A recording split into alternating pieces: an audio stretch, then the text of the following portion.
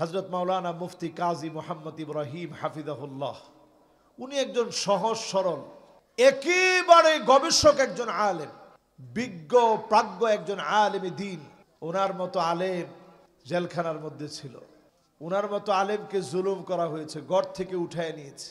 উনি কোনো রাজনীতি করে না, তারপরে ঘর থেকে উঠায় নিলেন কেন? শুধুমাত্র ইসলামের কারণে ওনাকে অ্যারেস্ট করা হয়েছে, জেলখানায় নেওয়া হয়েছে, পরীক্ষার সম্মুখীন করা হয়েছে। এই সবটাই প্রমাণ করে যারা আলেমদের বিরোধী তারা সব হতে পারে, নবীর উম্মত তারা হতে পারে নাই। ঠিক কিনা বলে? আল্লাহ রাব্বুল আলামিন ইরশাদ করেন, ওয়ামা আরসালনাকা ইল্লা রাহমাতাল লিল আলামিন।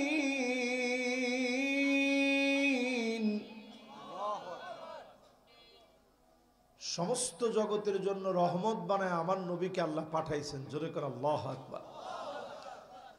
আগমনের দিক থেকে নবী সবার পরে আসলেন, সম্মানের দিক থেকে সাইয়্যিদুল আম্বিয়া, আনা সাইয়্যিদু ওয়ালাদি আদম, সমস্ত নবীদের সাইয়্যিদ নবীজিকে আল্লাহ বানায় দিলেন। সমস্ত নবীজির সমস্ত নবীদের নেতা আল্লাহ বানায় দিলেন। আনা সাইয়্যিদু ওয়ালাদি আদম আও ওয়ালদ আদম ওয়ামা মিন নাবিয়্যিন ইয়াওমাইযিন আদম ফামান সিওয়াহু ইল্লা তাহতা লিওয়াই। আল্লাহর নবীর সামনে জান্নাতে একটা ব্যানার থাকবে, সব নবীরা নবীজির এই ব্যানারের নিচে সমবেত হবে। নবীজিকে এত সম্মান যিনি দিয়েছেন, সম্মানিত যিনি করবেন তিনি কে? নবী দুনিয়া আসলেন ইয়তীম হয়ে, দুনিয়া আসলেন ইয়তীম হয়ে। আলম ইয়াজিদকা ইয়তীমান ফাআওয়া, ইয়তীম হয়ে নবী দুনিয়া আসলেন। ইয়তীম হওয়ার পরে ইয়তীম মানুষকে আশ্রয় দিয়ে আল্লাহ পাক বড় বানায় দিলেন, সম্মানিত বানায় দিলেন। সব নবীদের নবী হিসাবে যিনি কবুল করলেন তিনি কে?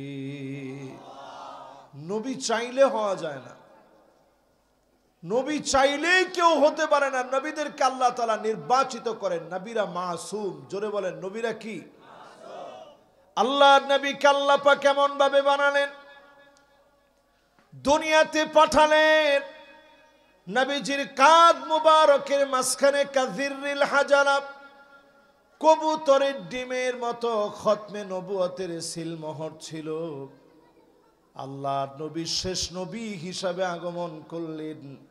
আল্লাহ পাক বুঝায় দিলেন, মা কানা মুহাম্মাদুন আবা আহাদিম মির রিজালিকুম ওয়ালাকির রাসূলুল্লাহি ওয়া খাতামান নাবিয়্যিন।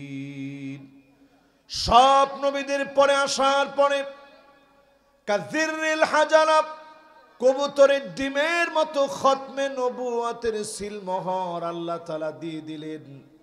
নবীজির কাঁধ মোবারকের মাঝে খতমে নবুয়তের সিলমোহর ছিল।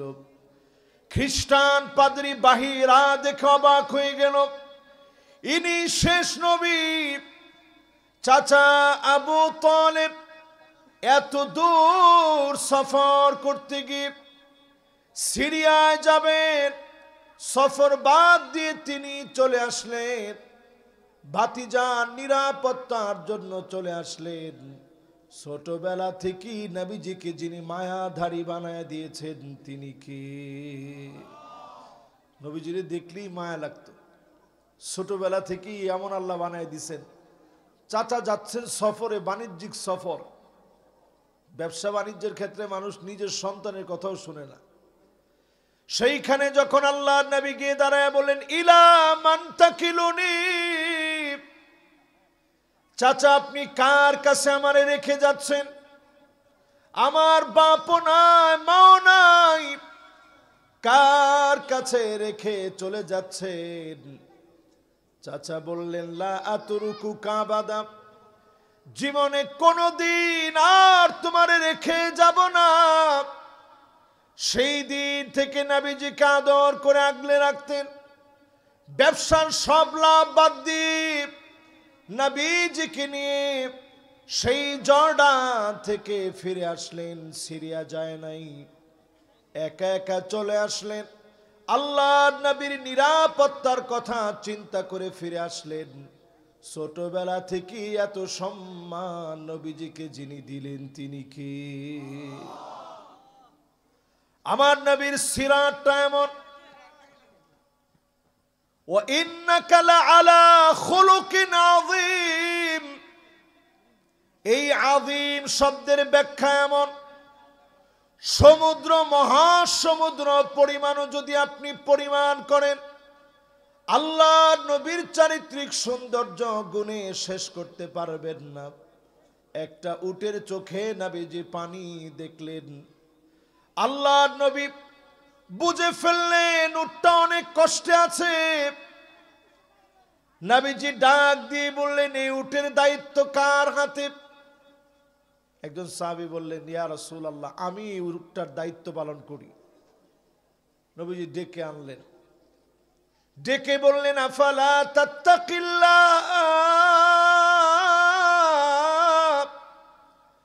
ফি হাযিহিল বাহিমা আল্লাতী মাল্লাকাকাল্লাহু ইয়া, এই উটের ব্যাপারে কি জবাব দেওয়া লাগবে না? আপনি উটটারে কষ্ট দেন কিন্তু খাবার দেন না।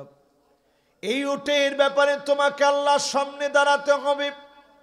একটা উটের ব্যাপারে যদি আল্লাহর সামনে জবাব দেওয়া লাগে, জনগণের ব্যাপারেও যার সামনে জবাব দেওয়া লাগবে তিনি কে? কুল্লুকুম রাইন ওয়া কুল্লুকুম মাসউলুন আন রাইয়াতিহি, সবাই দায়িত্বশীল, দায়িত্বের ব্যাপারে জিজ্ঞাসিত হওয়া লাগবে, জবাবের সম্মুখীন হওয়া লাগবে। দায়িত্বের ব্যাপারে প্রত্যেককে সচেতন হওয়া লাগবে। আমার নবী, বিশ্ব নবী, নবী কুলের সম্রাট এমন ভাবে দায়িত্ব পালন করলেন। এরপরে ইন্তেকালের আগে নবীজি বললেন, মান কানাত মিন কিবালি মাযলামা, কারো উপরে যদি সামান্য কোনো জুলুম করে থাকি, ফালিয়াক্তাস মিন্নি, আমার কাছ থেকে প্রতিশোধ নিয়ে নাও, ক্বাবলাল কিসাসি ইয়াউমাল কিয়ামা, কিয়ামতের দিন আল্লাহ প্রতিশোধ নিবে। ওই প্রতিশোধের আগে আজকে প্রতিশোধ নিয়ে নাও। সাহাবায়ে কেরামের ভিতরে কান্নার রোল পড়ে গেছে, সবাই কান্নাকাটি শুরু করছে। ইয়া রাসূলুল্লাহ, আপনি আমাদের ব্যাপারে এত সজাগ, এত সচেতন ছিলেন, আপনি কোনরূপ জুলুম আমাদের উপরে করেন নাই, নিজে না খেয়ে আমাদেরকে খাইয়েছেন, আদর সোহাগ ভালোবাসা দিয়েছেন, আপনি কোনো জুলুম করেন নাই। নবীজি আল্লাহকে সাক্ষী রেখে বলেছেন, আল্লাহুম্মা শাহাদ, আয় আল্লাহ আপনি সাক্ষী হয়ে যান, কারো উপরে কোনো জুলুম করি নাই।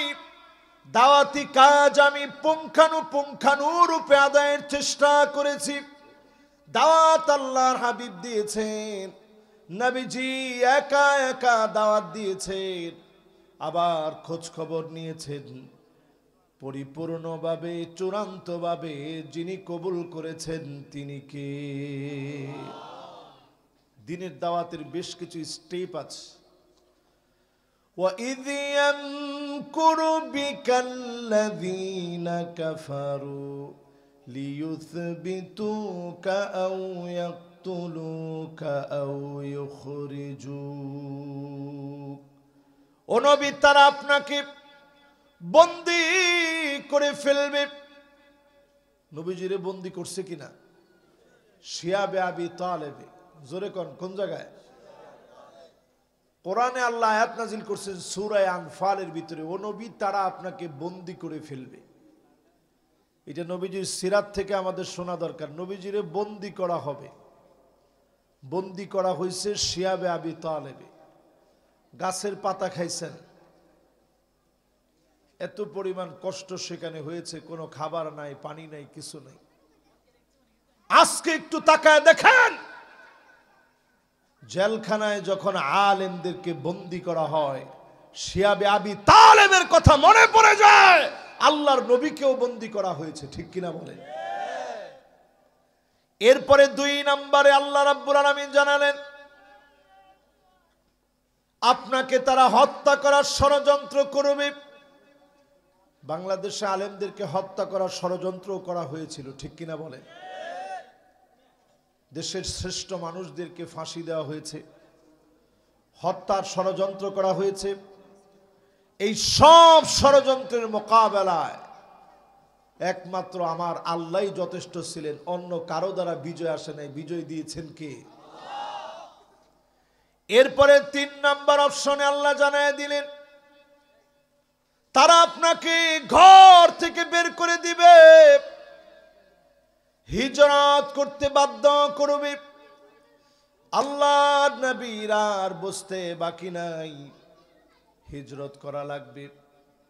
নবীজি সাল্লাল্লাহু আলাইহি ওয়াসাল্লাম প্রিয় জন্মভূমি ছেড়ে যখন চলে যাচ্ছেন, মক্কার মাটিগুলো ধরে ধরে নবীজি কেঁদেছেন, আফসোস করেছেন এই মাটিগুলো ধরে। এই জায়গা থেকে নবীজি মদিনায় হিজরত করলেন। মদিনার মানুষগুলো একবারে মুসলমান হয়ে যায় নাই, আগে থেকে মুসলমান ছিল না, কিন্তু তারা দাওয়াত কবুল করার জন্য উপযোগী ছিলেন। নবীজি হিজরত করার পরে যিনি দাওয়াতের মাধ্যমে বিজয় দিয়েছেন তিনি কে?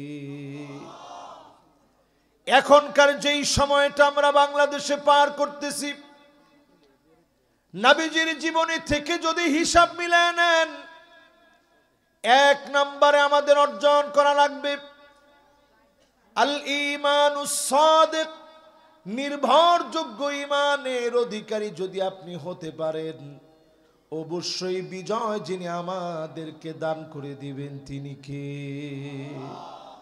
বলেন কেমন ঈমান লাগবে? নির্ভরযোগ্য, নির্ভেজাল ঈমান লাগবে। জোরে কোন, নির্ভরযোগ্য, নির্ভরযোগ্য নির্ভেজাল ঈমান যদি আপনার হয়, অচিরেই বিজয় আল্লাহ পাক আপনাকে আমাকে দান করবে। জোরে কোন আল্লাহু আকবার। সারা দুনিয়ার দিকে তাকায় দেখেন, 1500 বছর আগে নবীজি বলে গেলেন, হাত্তা তুরাল আরদু দামান ওয়া ইয়াকুনাল ইসলামু গরিবা। সারা দুনিয়ায় মুসলমানেরা মার খাবে, ইসলামের নাম নিলে রক্তপাত ঘটানো হবে।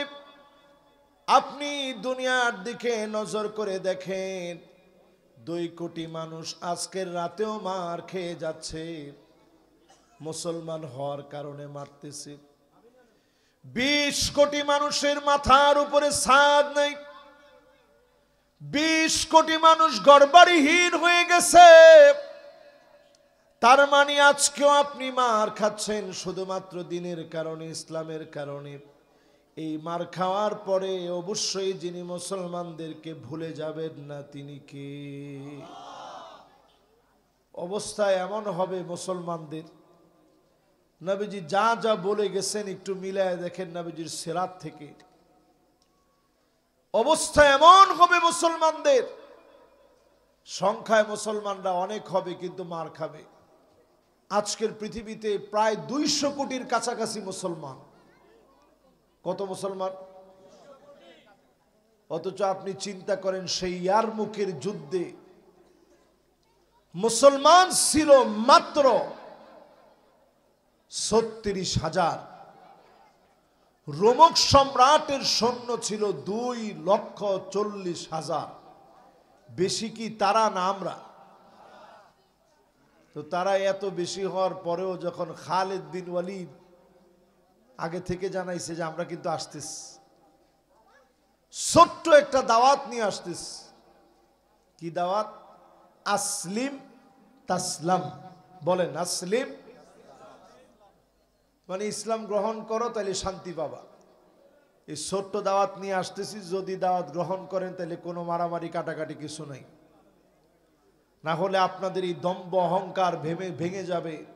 রোমক বলে আমরা এই অহংকারকে মেনে নেব না, আমরা নবীজির সাহাবী, আমরা কাউরে ভয় করি না। জোরে কোন আল্লাহু আকবার। সাহাবায়ে কেরাম চলে গেলেন খালিদ বিন ওয়ালিদের নেতৃত্বে ইয়ারমুকের প্রান্তে।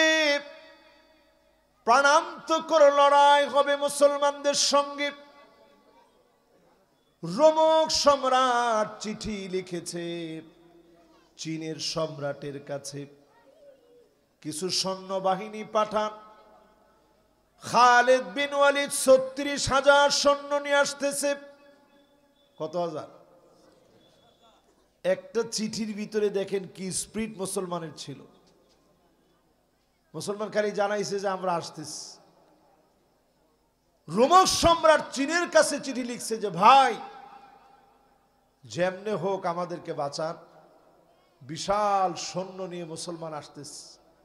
অথচ আমাদের চাইতে তারা 2,40,000 আর 36,000, তাহলে তারা বেশি কত?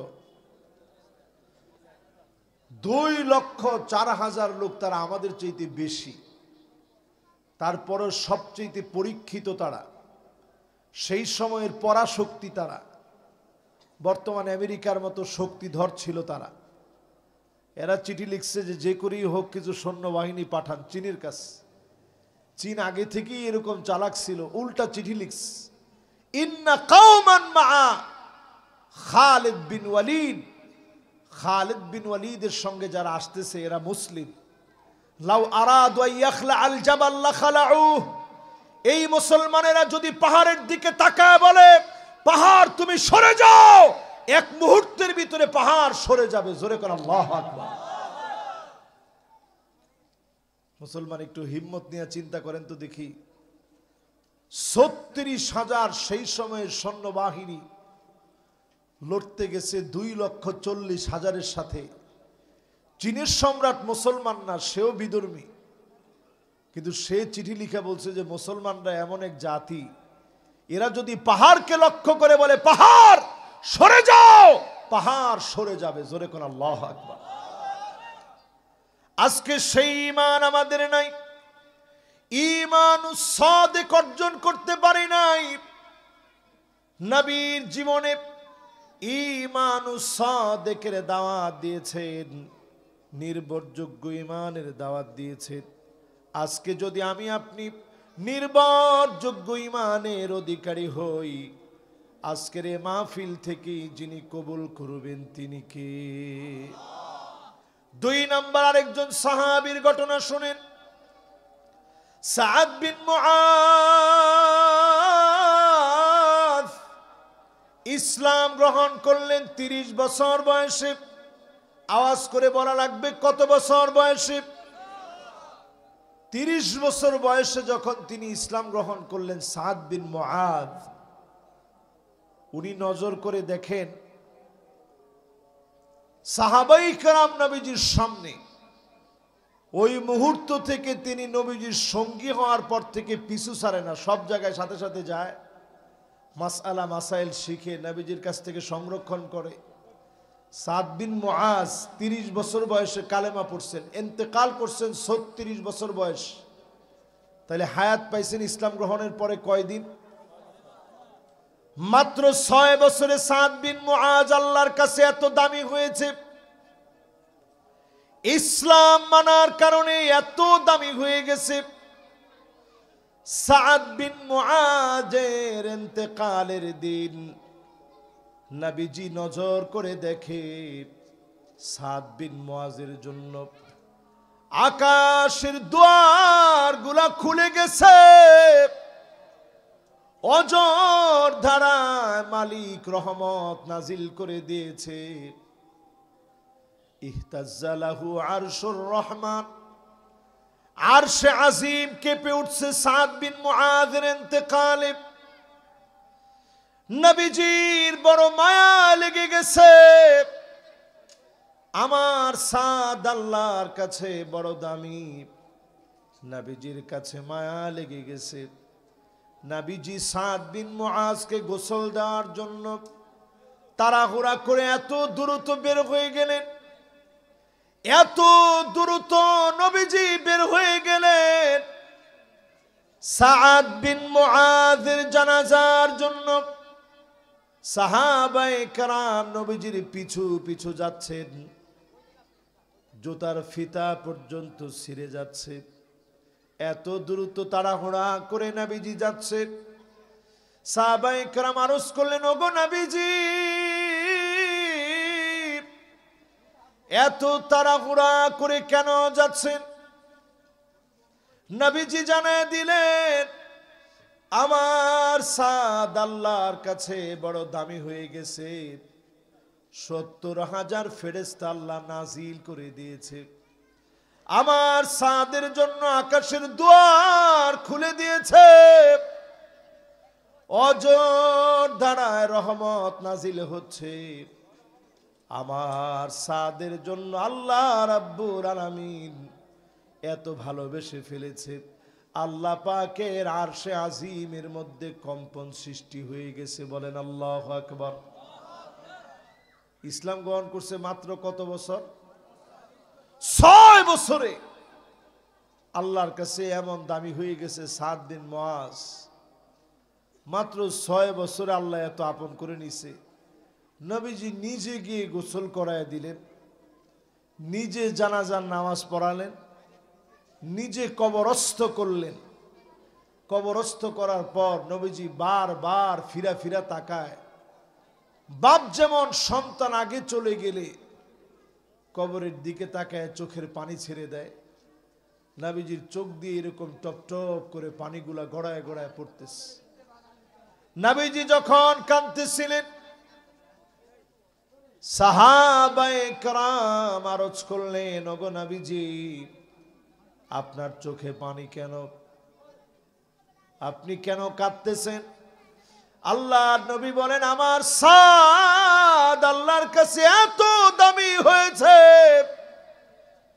70,000 ফেরেশতা নাজিল হয়েছে।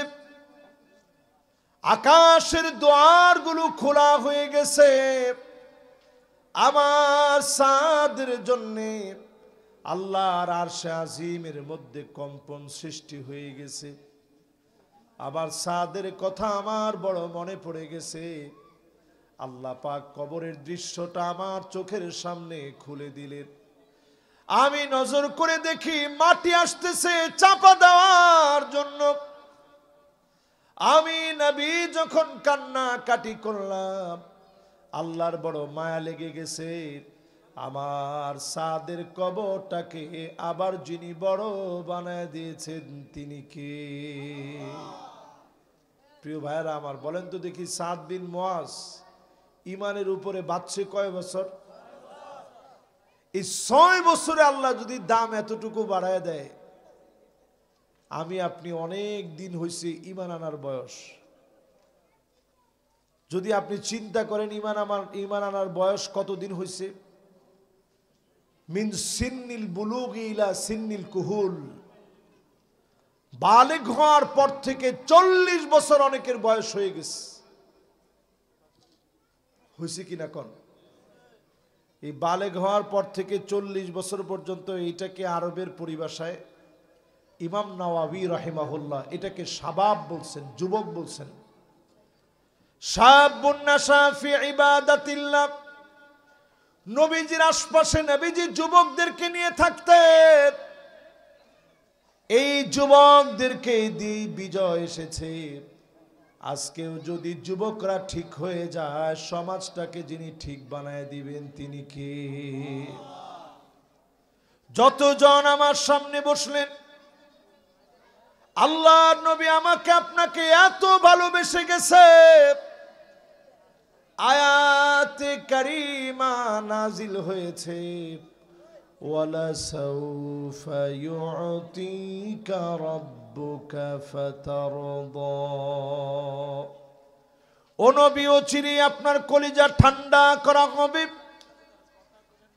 হৃদয় ঠান্ডা করে দেওয়া হবে। নবীজি সঙ্গে সঙ্গে নবীজি সাহাবায়ে কেরামদেরকে ডাকলেন, তোমরা কি জানো কবে, কোথায়, কখন, কিভাবে আমার হৃদয়টা ঠান্ডা হবে?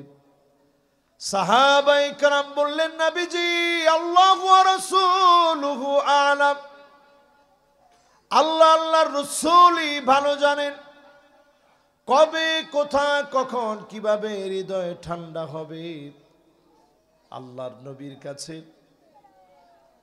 নবীর কাছে আয়াত নাজিল হওয়ার পরে নবীজি জানায়া দিলেন, আল্লাহ আল্লাহর রাসূল ভালো জানেন। সেই সাহাবায়ে কেরামের সামনে নবীজি বললেন, ওয়ালা আরদা ওয়া ওয়াহিদুম মিন উম্মতি ফিন্নার,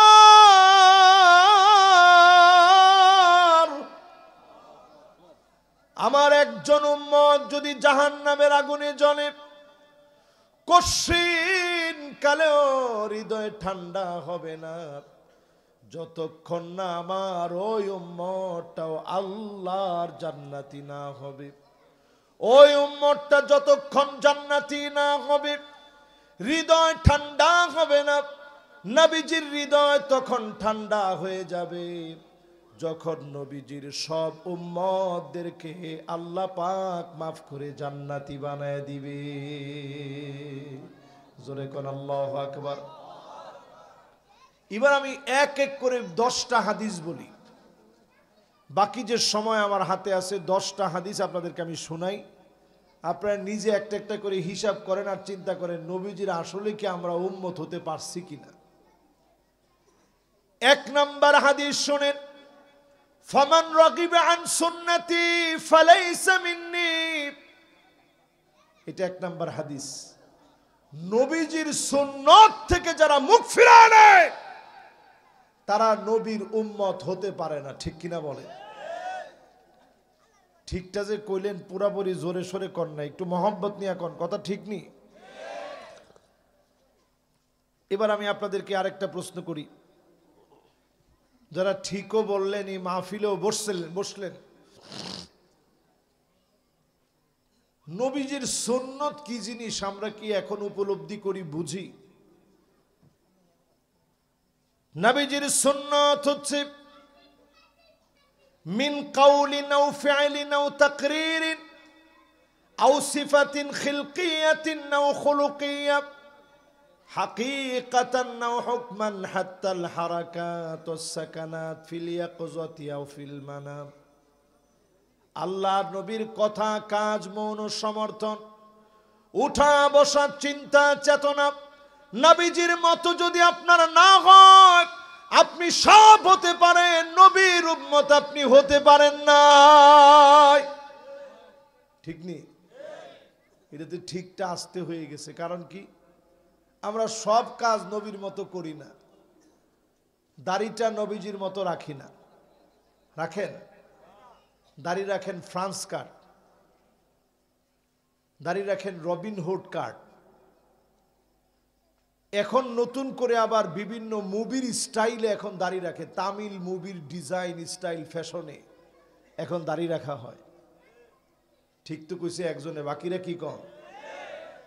এখন তামিল মুভির নায়ক যদি দাড়ি রাখে, আপনিও দাড়ি রাখলেন তামিল মুভির নায়কের মতো। আল্লাহর কসম, নবীজির সুন্নতকে আপনি অবমাননা করলেন, ঠিক কিনা বলে? নবীর উম্মত দেখবেন হাতের ভিতরে ট্যাটু আঁকে, হাতের ভিতরে ব্যাসলাইট পরে, বুরু প্লাগ করে, কানের ভিতরে দুল পরে। হাদিসের মধ্যে নবীজি বলছেন শিবরান বিশিবরিন, বিগত অমুসলিমদেরকে অনুসরণ করবে। এখন পুরাপুরি অনুসরণ চলে আসছে। এটা শয়তানের সাইন সিম্বল, দাজ্জালের সিম্বল এটা, এই 2 আঙ্গুল। এখনকার দেখবেন যুব সমাজ অধিকাংশই এই 2 আঙ্গুল দেখায়, এটা শয়তানের শিং। এই শয়তানের শিংয়ের পর্যন্ত পূজা করা হয় এই 2 আঙ্গুল দেখি। 1 চোখকে এখন প্রমোট করা হয়, 1 চোখের ট্যাটু আঁকা হয়। এই ট্যাটুগুলো এখন মুসলমানের সন্তানরা আঁকে। তার মানে বোঝা যায় আমরা নিজেরা নবীজির উম্মত দাবি করি, কিন্তু নবীজির সুন্নত মানি না, ঠিক কিনা বলে? এই জন্য আল্লাহর কাছে আমাদের দোয়াগুলা কবুল হয় না। ফিলিস্তিন মার খায় কেন? আমার আপনার জন্য মার খাচ্ছে। আজকে যদি আমি আপনি ঐক্যবদ্ধ থাকতাম নবীর সুন্নতের উপরে, সারা দুনিয়ার ভিতরে অল্প যত মুসলমান আছে 200 কোটি লাগতো না, এর চাইতে অনেক কম সংখ্যক মুসলমানকে দিয়ে অবশ্যই যিনি বিজয় দিয়ে দিতেন তিনি কে? তাহলে প্রথম এটা গেল 1 নাম্বার হাদিস, নবীজির সুন্নত আমরা অধিকাংশ লোক মানি না। 2 নাম্বার হাদিস শুনেন প্রিয় ভাইরা আমার, মাল্লাম ইয়ারহাম সগীরানা ওয়া লাম ইউক্কির কাবীরানা ফালাইসা মিন্না। ওই লোকটা নবীর দলভুক্ত উম্মত নয়। ছোটদেরকে যে লোকটা স্নেহ করে না, মায়া করে না, ভালোবাসা দিয়ে ছোটদেরকে যে ডাকে না, বড়দেরকে যিনি সম্মান করে না, বড়দেরকে সম্মান করা লাগবে, ছোটদেরকে আদর করা লাগবে। আল্লাহর নবীর ভিতরে চরিত্র ছিল সব সময়। নবীজি যায়েদ বিন হারেসা পালক পুত্র হয়ে আসলেন, মা বাপ নিতে আসছে, নবীজির কাছ থেকে যেতে চায় না, সারাটা জীবন ধরে নবীজির কাছে কাটায় দিয়েছে। মওতার প্রান্তে গিয়ে শহীদ হয়েছে, এর আগ পর্যন্ত নবীজির কাছে ছিলেন। যাওয়ার দিন বিদায় নিয়ে বারবার নবীজির চেহারার দিকে তাকায় তাকায় গেছে, আর বারবার বলতেছিলেন এই দেখা জীবনের শেষ দেখা হয়ে যাবে। এই যে মোহাব্বত নবীজির মনে ছিল যায়েদ বিন হারেসার জন্য, হযরত আনাসের জন্য, আব্দুল্লাহ বিন মাসউদের জন্য, আব্দুল্লাহ বিন আব্বাসের জন্য, আব্দুল্লাহ বিন ওমরের জন্য, ছোট ছোট সাহাবীদের জন্য নবীজির আদর ভালোবাসা ছিল। যেই মজলিসে নবীজি বয়ান করতেন, ছোট্ট ছোট্ট সাহাবীরা বসতেন, নবীজি আদর দিতেন। অথচ আমাদের মসজিদে ছোটরা গেলে অনেক মুরব্বীরা খেপে যায়। ঠিকটা তো আসতে কইছে, জোরে কন ঠিক নেই? নামাজের সালামটা ফিরাতে দেরি, এমনি কই কিরে তোর বুঝজ্ঞান হয় না কেন? না কোন গায়ে কইছে? না কইছে একজন বাইরের থেকে, না হুজুর বুঝজ্ঞান হইছে তো আমার। এখন একটু চিন্তা করেন, এই যে ছোট বাচ্চারা আমাদের আদরের, ওরা যদি একটু 19-20 বলেও ওদেরকে আপনি ধমক দিন না।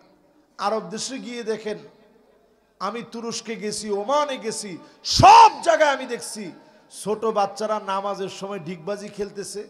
কই নামাজের ভিতরে তো ইমাম সাহেব কোনো বকা দেয় না, কোনো মুরব্বিও কোনো বকা দেয় না। এই প্রজন্ম যদি এখন নামাজে না যায়, সামনের প্রজন্ম এমন হবে তারা নামাজ চিনবে না, ঠিক কিনা বলেন?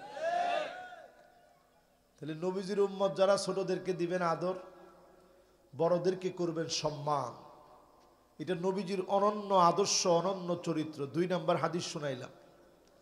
এবার 3 নাম্বার হাদিস শোনেন, মাল্লাম ইয়ারিফ লিআলিমিনা হাক্কাহু ফালাইসা মিন্না।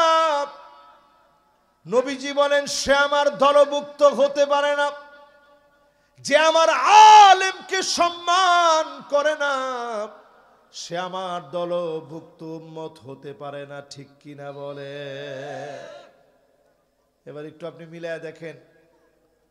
আমি আজকে নিয়ত করছিলাম বিগত সরকারকে নিয়ে কিছু বলা দরকার নেই। 16 বছর যারা ছিলেন এরা আলেমদেরকে এত সম্মান করেছে। এদেশের শ্রেষ্ঠ সন্তান মুফাসসিরদের অনন্য রাহবার, যিনি এই অঙ্গনকে সাজিয়েছেন সুন্দর করে, আমাদেরকে শিখিয়েছেন, আল্লামা দেলওয়ার হোসেন সাইদি রহমতুল্লাহ আলাইহি। 13টা বছর উনি জেলখানায় ছিলেন। তোমরা যদি আলেমদেরকে চিন্তা, আজকে তোমাদের এত বড় পদস্খলন হতো না, ঠিক কিনা বলে? আজকে তাদের এত বড় পদস্খলন কেন? এত বড় পদস্খলন এত বড় হয়েছে এই জন্য, আমার তো মনে হয় কেউ এই সরকারকে নামাইতে পারতো না। শুধু নামাইতে পেরেছে কারণ তারা আলেমদের হক বুঝে নাই, ঠিক কিনা কন? আজকে যিনি এখানে আলোচনা করবেন হযরত মাওলানা মুফতি কাজী মুহাম্মদ ইব্রাহিম হাফিজাহুল্লাহ, উনি একজন সহজ সরল একেবারে গবেষক একজন আলেম, বিজ্ঞ প্রাজ্ঞ একজন আলেম দ্বীন। ওনার মতো আলেম জেলখানার মধ্যে ছিল। ওনার মতো আলেমকে জুলুম করা হয়েছে, ঘর থেকে উঠায় নিয়েছে। উনি কোনো রাজনীতি করে না, তারপরে ঘর থেকে উঠায় নিলেন কেন? শুধুমাত্র ইসলামের কারণে ওনাকে অ্যারেস্ট করা হয়েছে, জেলখানায় নেওয়া হয়েছে, পরীক্ষার সম্মুখীন করা হয়েছে। এই সবটাই প্রমাণ করে যারা আলেমদের বিরোধী তারা সব হতে পারে, নবীর উম্মত তারা হতে পারে নাই। ঠিক কিনা বলে? আমি এই জন্য সবাইরে দোষী না, যারা সাধারণ মানুষ আছে বোঝার চেষ্টা করেন। আপনি যদি এরপরেও তাদেরকে সুপারিশ করেন, আল্লাহর আদালতে আপনি জবাবদিহিতার সম্মুখীন হবেন।